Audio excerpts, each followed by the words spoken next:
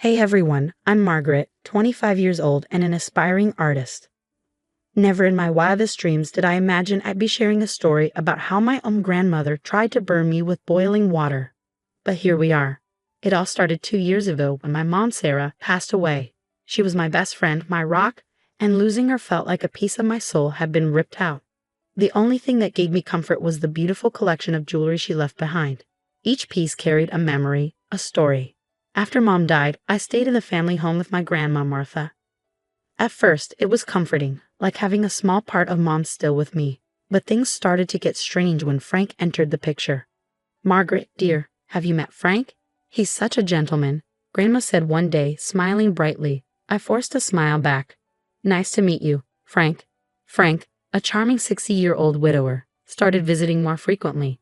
I wanted to be happy for Grandma, but something about him just didn't sit right with me.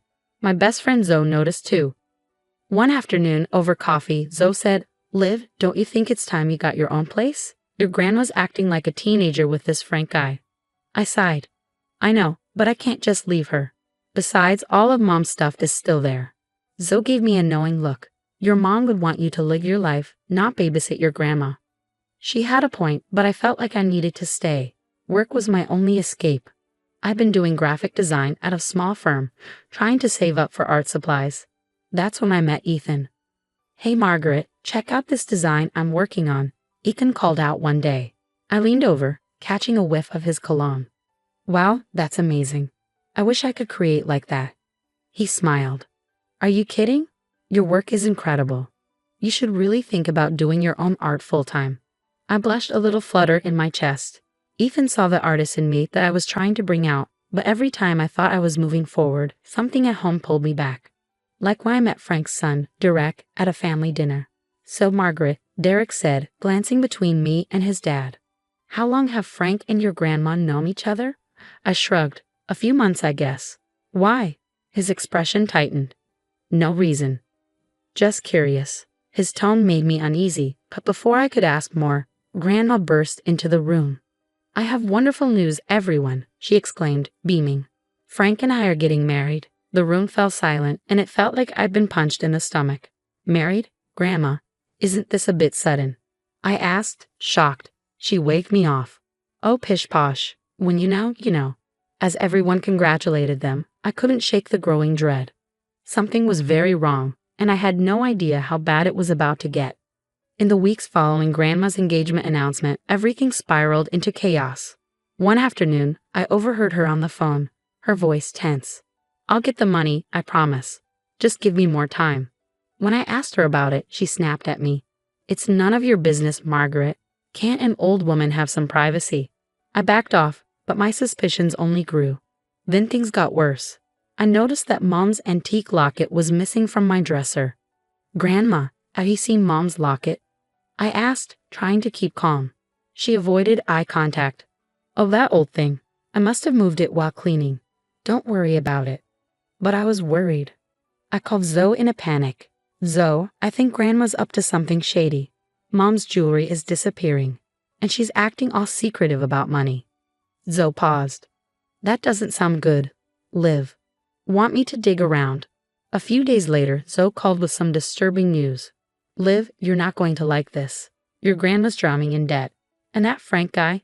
He's been known to cozy up to wealthy widows and disappear with their money." My stomach dropped. "Oh God, Zoe, what do I do?"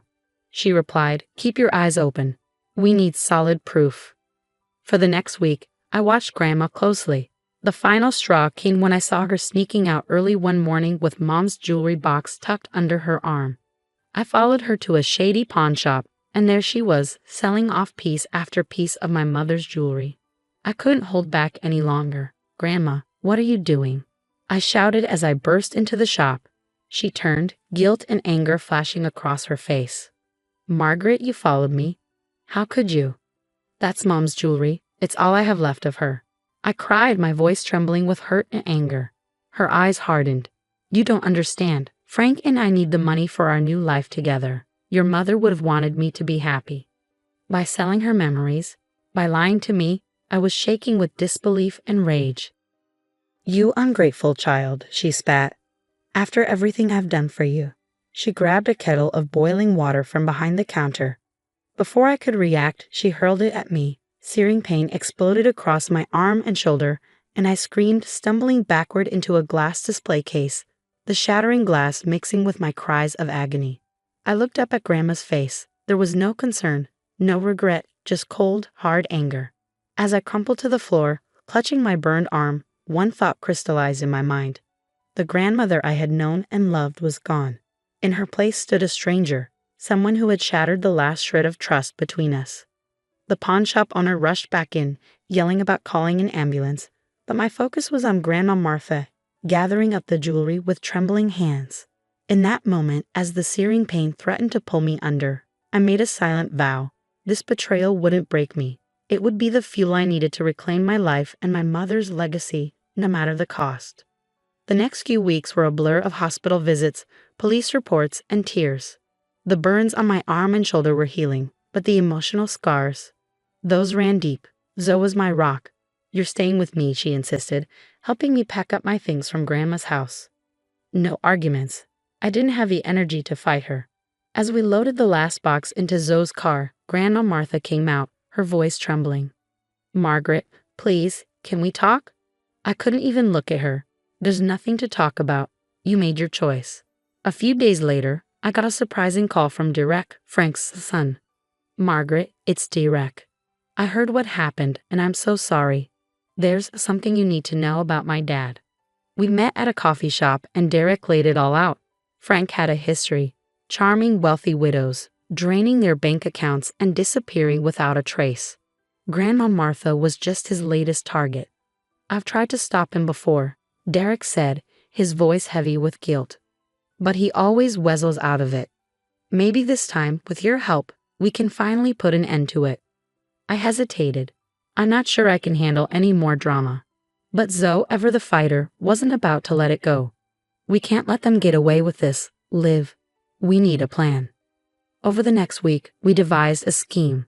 Derek would play along with Frank's plan, pretending to help with the wedding, while we worked with the pawnshop owner to set up a sting operation. "I feel bad for ratting out your grandma," the pawnshop owner admitted when we approached him.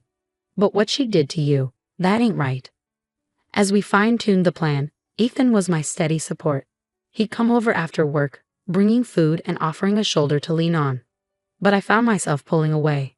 The fear of being hurt again was overwhelming. One night, as we sat on Zoe's couch, Ethan reached for my hand. I flinched.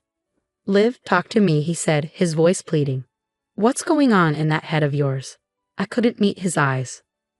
"I'm sorry, Ethan. I can't. Everyone I've trusted has betrayed me. My own grandmother tried to." I choked up, unable to finish the sentence. Ethan's voice was soft. "I'm not them, Margaret. I would never hurt you like that." "That's why I thought about Grandma too," I whispered. The hurt in his eyes was clear, but he didn't push. "I understand. Just know I'm here. Okay, whatever you need." The day of the sting operation arrived. We had set up hidden cameras in the pawn shop and wired Derek for sound. The plan was for him to bring Grandma Martha and Frank to the shop under the pretense of selling family heirlooms to fund the wedding. I watched from a distance as they entered the shop. Grandma clutched her purse tightly, and Frank's arm was draped around her shoulders. But even from where I stood, I could see the predatory glint in his eyes. As the door closed behind them, I took a deep breath. Whatever happened next would change everything. I just hoped we were ready for it. The day of reckoning finally arrived, and I stood in the back of the packed courthouse, heart racing as the judge read out the verdict. Frank's smug smile vanished as the words *guilty on all counts* echoed through the room. After the trial, I left my grandmother's house for the last time, finishing the final bit of packing. As I glanced up, I saw Grandma watching from the window. Our eyes met briefly before she quickly drew the curtains. That was the last time I ever saw her. With the nightmare behind me, I threw myself into my art. The pain, the betrayal, the healing, it all poured out onto my canvases. Ethan was by my side through it all. One night, as he studied my latest piece, he said, "These are incredible, Liv.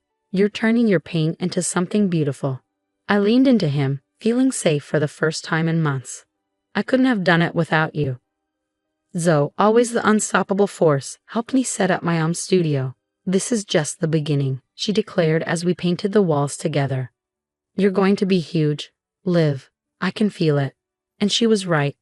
My first small exhibition sold out in a week. Then came a feature in a local art magazine, and before I knew it, galleries in the city were calling. The night of my exhibition opening, I looked around at the vibrant crowd, at my art lining the walls, and at Ethan smiling proudly from across the room. Asterisk to new beginnings, asterisk, I whispered to myself, raising my glass. And to the family we choose. The pain of betrayal had forged me into something stronger, something unbreakable.